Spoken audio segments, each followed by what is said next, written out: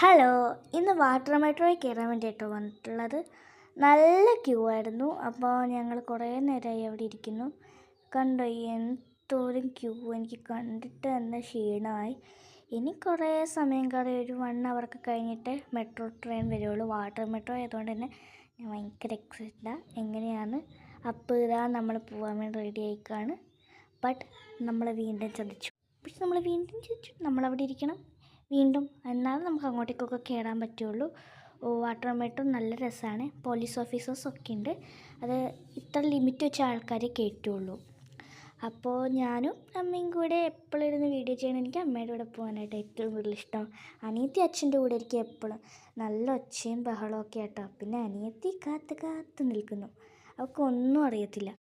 അവളിങ്ങനെ വെയിറ്റ് ചെയ്തുകൊണ്ടിരിക്കുകയാണ്, എപ്പോഴാണ് വരിക എന്ന്. പിന്നെ അവൾക്കും മടുത്തു ചിരിയായിട്ട്.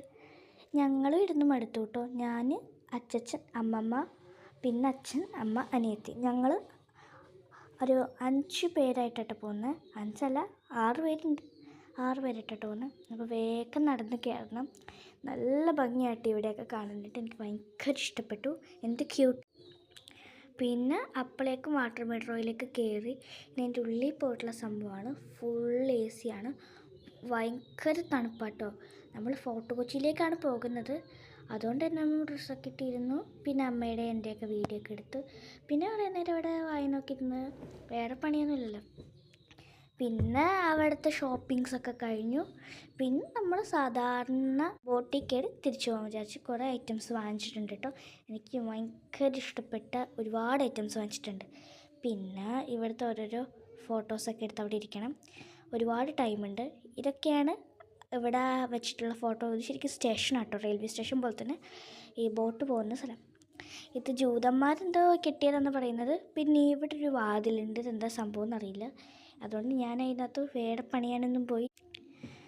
പിന്നെ അമ്മയും ഞാനും കൂടെ അവിടെ ഇരുന്നു. കുറേ നേരം ഫോട്ടോ ഒക്കെ എടുത്തു. പിന്നെ നല്ല രസമായിട്ട് ഇവിടെ കാണാനായിട്ട്. കുറേ നേരം ഫോട്ടോ ഒക്കെ എടുക്കാനായിട്ട് പോയി. ഭയങ്കര അടിപൊളിയുണ്ട്.